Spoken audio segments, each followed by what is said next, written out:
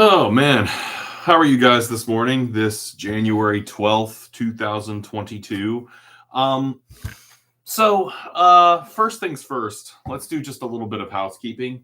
We're not going to have our team session this week because I still have to get the group created. So I'm a little behind on a few things. So we'll get started on that next week, next Wednesday. Also, I think the last video said that we would be holding those around 2 o'clock. We're going to move that to 2:30, just because I'm getting out of a class around that time, and 2:30 obviously will it just works better for me. I've had a lot of questions about attending the team sessions. Let me reiterate, those are by no means required. The way that I treat those is if you attend the team sessions, even if you don't say anything, I'll give you points just for logging on, maybe saying hello in the chat. Normally we have a little bit of a conversation on there, maybe a few questions, but even just attending the team sessions is enough to get you some bonus points. If you cannot attend the team sessions, either because have work or something going on, you could just communicate with me over email. And even if you just have some questions, shoot a message. I'll give you some bonus points for that. So I've said it before. In my opinion, online classes really should cater towards the student schedule. I try to lean a little bit more towards asynchronous stuff. It's one of the reasons that I like to teach with YouTube is you get that lecture experience, but you guys don't have to all be here in order to see what I'm doing, right? So that's something I try to take into very careful consideration as we move forward. Now let's talk a little bit about our first assignment. And I'm not going to post the rubric today because I kind of want to build up to it a little bit. I like to try to take things a little bit slowly when we're getting into the big assignments. But the first assignment, I find it very, very important to establish a kind of common conversation. And one of the first things that a college instructor will do, and this is understandable, I certainly do this in my literature classes, you get up in front of the class and you bloviate about stuff that you're an expert in, and you just kind of talk over everybody's heads.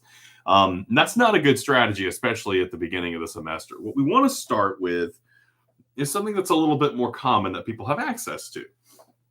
So on that note, the first thing we're going to talk about is television. Now, it's a funny thing, like when I was getting my grad degree, there was a whole bunch of people who were really focusing on pop culture stuff in the because I got my degree in literature. And obviously in literature, you're talking about really old, like supposedly classical books, like, epic poems and short stories and old novels and stuff. But there was a lot of people that I studied with who were just really into pop culture stuff. And I was surprised to learn there's some really interesting conversations happening in college like research about what pop culture is and its value and all that. Oh, and I just realized, this is a new group. This is my Roosevelt's shirt from Superbad. I try very hard to wear one of my Roosevelt's every day when I record something. These are my favorite shirts on planet Earth. My wife always gets these for me, and they make me really, really happy. I have enough of these shirts to wear a different one, every day of the month. Have I already told you guys about this? I probably have already told you guys about this. Anyway, but these make me happy. I've got wrestling ones. I've got comic book ones. I've got Nickelodeon ones. It's just, most of my personality really is tied up in these shirts these days. In any case, pop culture is something I find really, really fascinating. I obviously didn't study it directly. I wrote about British poetry, which is about the most boring thing on planet Earth you can imagine, but I always really enjoyed it. So in any case, there's this idea that was really gaining traction when I was in school called TV tropes. Now, there is a lot of research you could do around the idea of TV tropes. And a trope is an idea that is recycled, or like a common notion that kind of fuels storytelling. right? You'll see this in stories. There are certain things that I kind of always sort of pop up as we're telling stories, right? Whether it's a chosen one mentality or love triangles, those you could call those things tropes. It's not like you're plagiarizing anyone. They're so common that they're expected, right? We see this over and over and over again within and I know I just talked about how don't get up and bloviate about terms that no one's going to understand. Well, here I am bloviating about things, but follow along with me for a minute. There's some really interesting stuff about how TV shows grow and develop, how stories are told. That once you see them, it's really hard to unsee them, and it's just really really interesting. I'm going to give you a few examples of these. One of my personal favorites is something called the Smurfette principle. Now, the Smurfette principle, when you see it, it's kind of horrifying. And it goes something like this.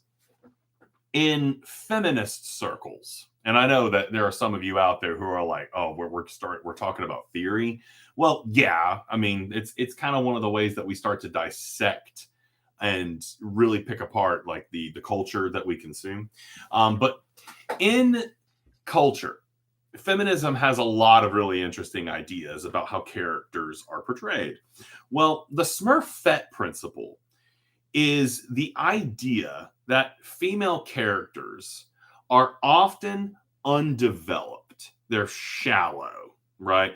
They don't necessarily have as much depth as the male characters do, and that this will manifest itself in some very odd ways if you're looking for it. And the Smurfette principle is an example of this. How many of you guys have ever seen that show, The Smurfs? There's movies of it. The Smurfs are huge. Like, it's hard to imagine anybody at least not knowing what the Smurfs are, right? I loved Smurfs when I was a kid. Like, I thought I flipping loved Smurfs. I think I had Smurf bed sheets, right? But in any case, so there's a character within the Smurfs called Smurfette. And one of the things that's really interesting about Smurfette, and don't think about the film that was released a little while ago that kind of explained or had like different Smurfettes that were introduced. When Smurfette was introduced in the comic strip and in the cartoon, she was a creation of the sorcerer Gargamel. I am so nerding this up. And it's funny because I'm making this YouTube video and I'm just imagining you all out there. Like, I'm in a writing class and I'm watching a YouTube video of this dude in this strange Hawaiian shirt talk about the Smurfs.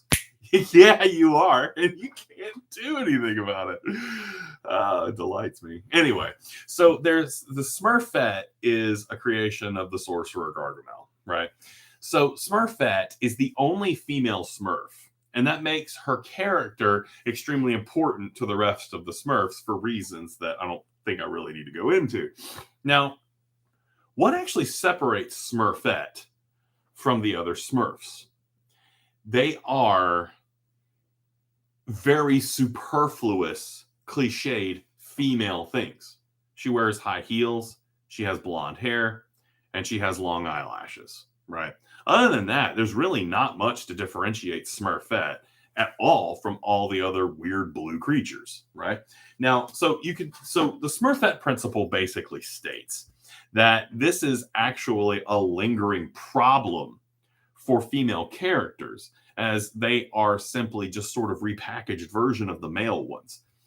Where this gets creepy is when you look at characters like Mickey Mouse. Put Mickey and Minnie beside each other. Look at them as they are drawn, especially in the earlier cartoons. Minnie Mouse is just Mickey with a bow, right? Mickey with eyelashes, Mickey with a skirt or a dress, and with high heels. They are the same base character. Minnie Mouse's only real defining attribute is the fact that she's a female, and other than that, she is just a recut version of Mickey Mouse. So the thing is, you can actually see this at play even today if you look at children's programming. And it's something that a lot of programs have really tried to, go back and think about. But think about that new Looney Tunes cartoon, Bugs Bunny and Lola Bunny. The only difference between those two characters are just cliched female things, right? It's actually kind of unsettling to think about. Now, The other one that I recently learned, and it's funny because, you know, I will kind of go ahead and admit both of these things are coming from kind of a feminist angle. So when it comes to like cultural criticism, I'm very, very interested in feminism. It's something that I've always just kind of been fascinated with in regard to our culture. Now, here, this one I recently learned about. So, you know, I'm this 37-year-old guy teaching English. I'm still learning stuff about the subject I teach. If any of you guys have seen Wheel of Time, I've been reading the Wheel of Time books for years, and they recently created a TV show about Wheel of Time on Amazon. I would highly recommend it. Don't watch it with your kids. It's insanely dark. But I was really, really excited to see Wheel of Time. There's going to be a few kind of sort of spoilers here.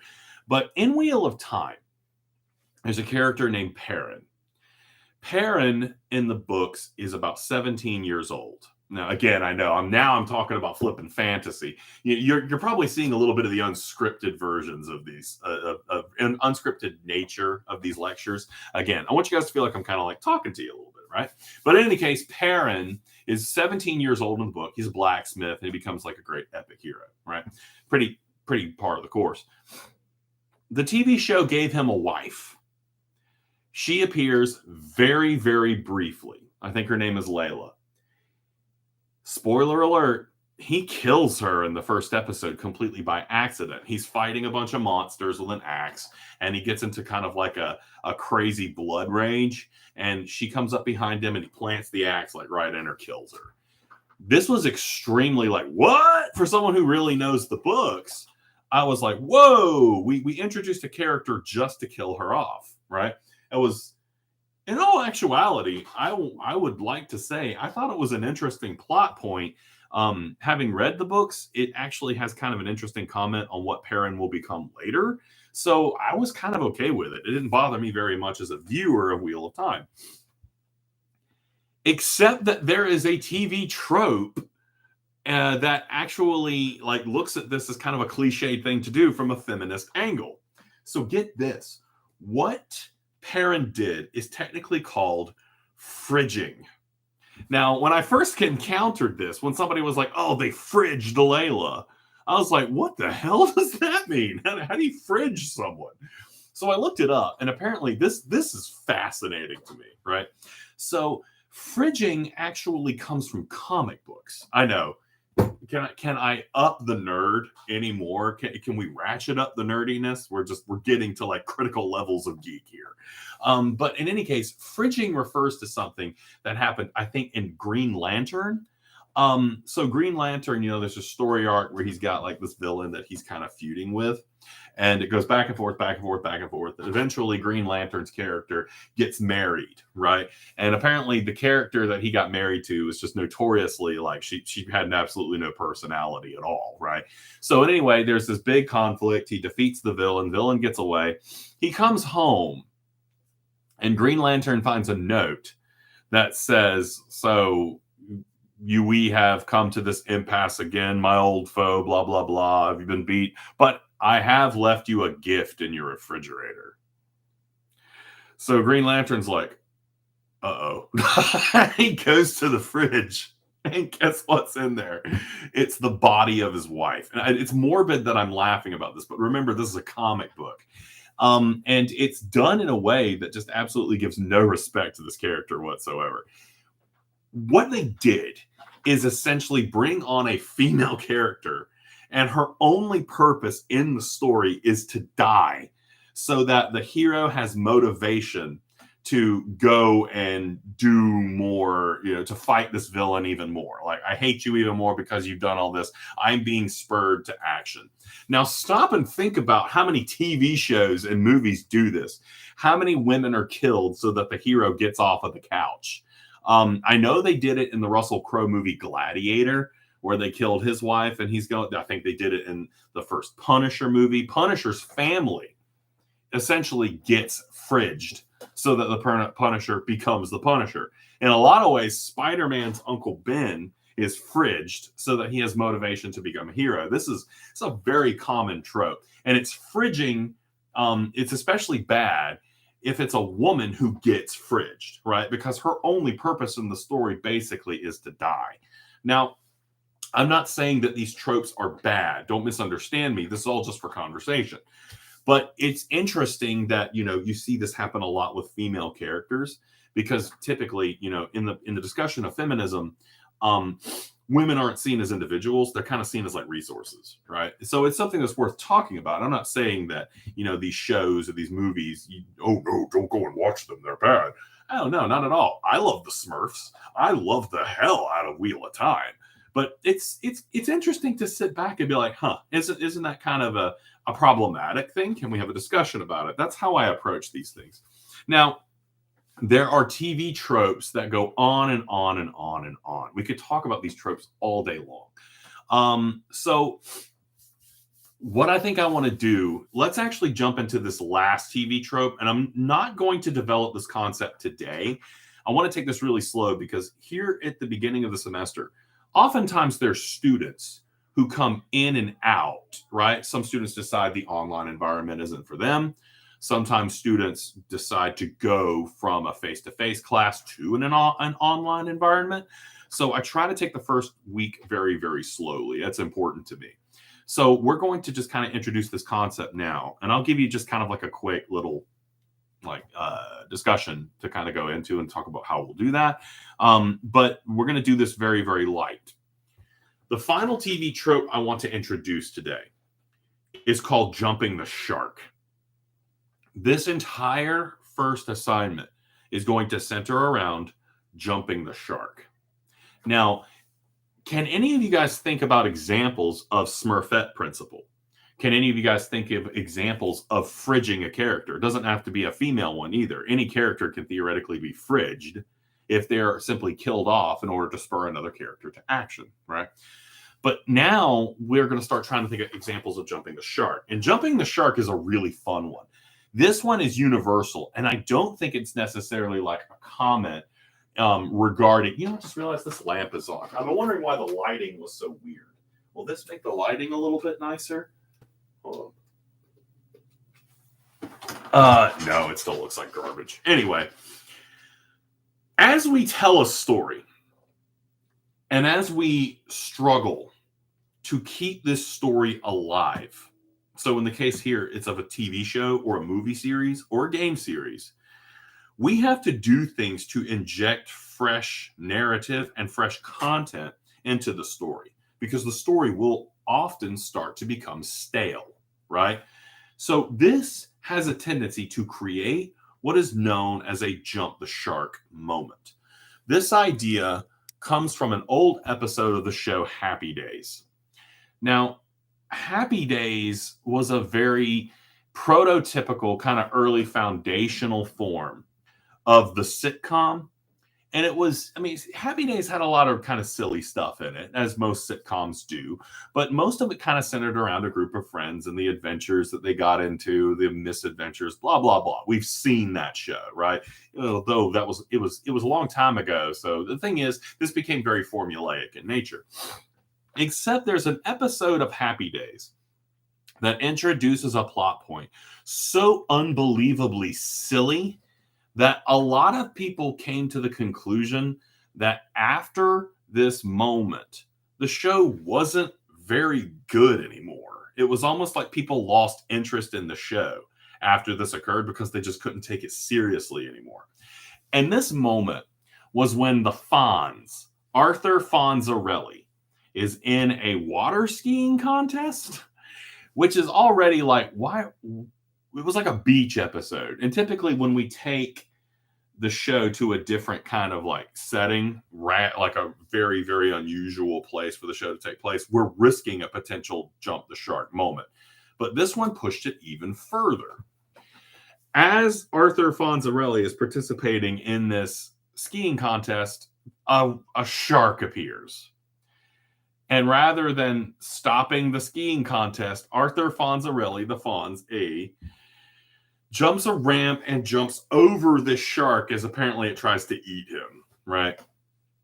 This is categorically and undoubtedly stupid. It's a really, really stupid moment in this show. Like, What? Now, of course, the Fonz survives his encounter with the shark and everything's okay, but the audience was left kind of dumbfounded.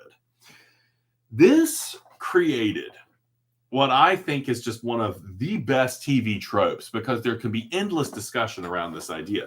Because a lot of people think that after this, Happy Days took an absolute dive. It just fell apart. People just didn't turn in like they used to. Have you ever watched a TV show and you know in that moment this show is not going to be good anymore? You probably have. Now, in the course of this assignment, as I've worked with it, this is a fun assignment, but one of the first problems that I come into is we start talking about this concept. There are people out there who do not watch television.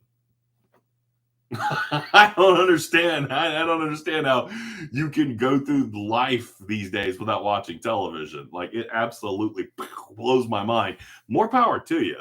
But like that does kind of make this a little bit harder. The good news is there are jump the shark moments that go outside of the realm of television. There are personal ones. There's historical ones.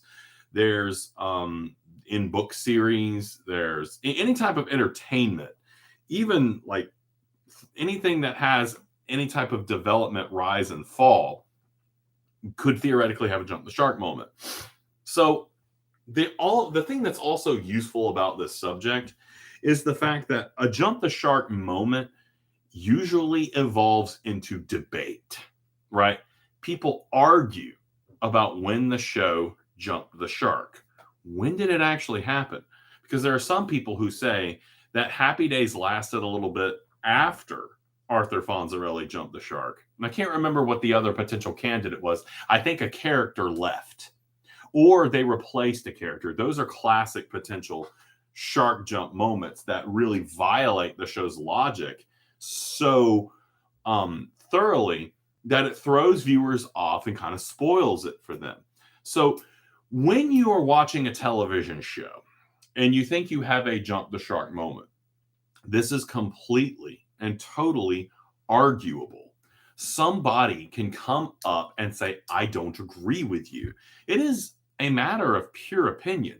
But the thing that's interesting about it is we can put together evidence and we can justify the reason that we feel this show jumped the shark the moment that it did, right? Our opinion is valid. And when people disagree with us, that opinion is valid as well, right? Especially if we have any type of way that we can justify. That disagreement is extremely important. That's what we call argument. Argumentation is a very important thing in this class. Argumentation is not when people argue with each other, when they fight. It's when you're making a case for something. When you have an opinion or a stance and you introduce evidence to say my stance is correct or more justified.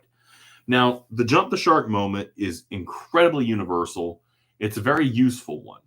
And this is going to be the basis of our first assignment. We're going to find a jump the shark moment. And we're going to write about it from a personal perspective. We're going to share it.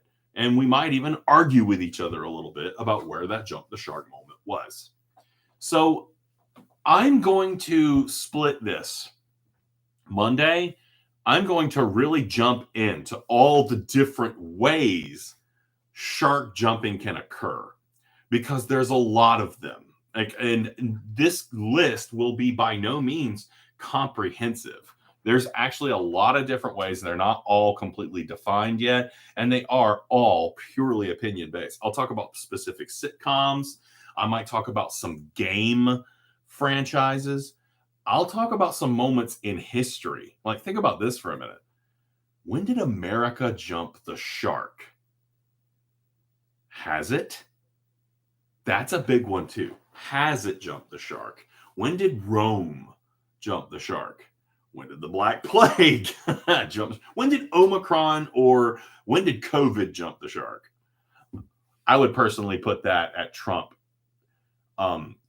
contracting COVID. And I'm going to have to think about justifying that. But that was just like, okay, come on, COVID. You've overstayed your welcome. Well, no, that's terrible. But in any case, these are all things that we can talk about. We can pick apart. We can produce a lot of writing based upon our opinions and our observations.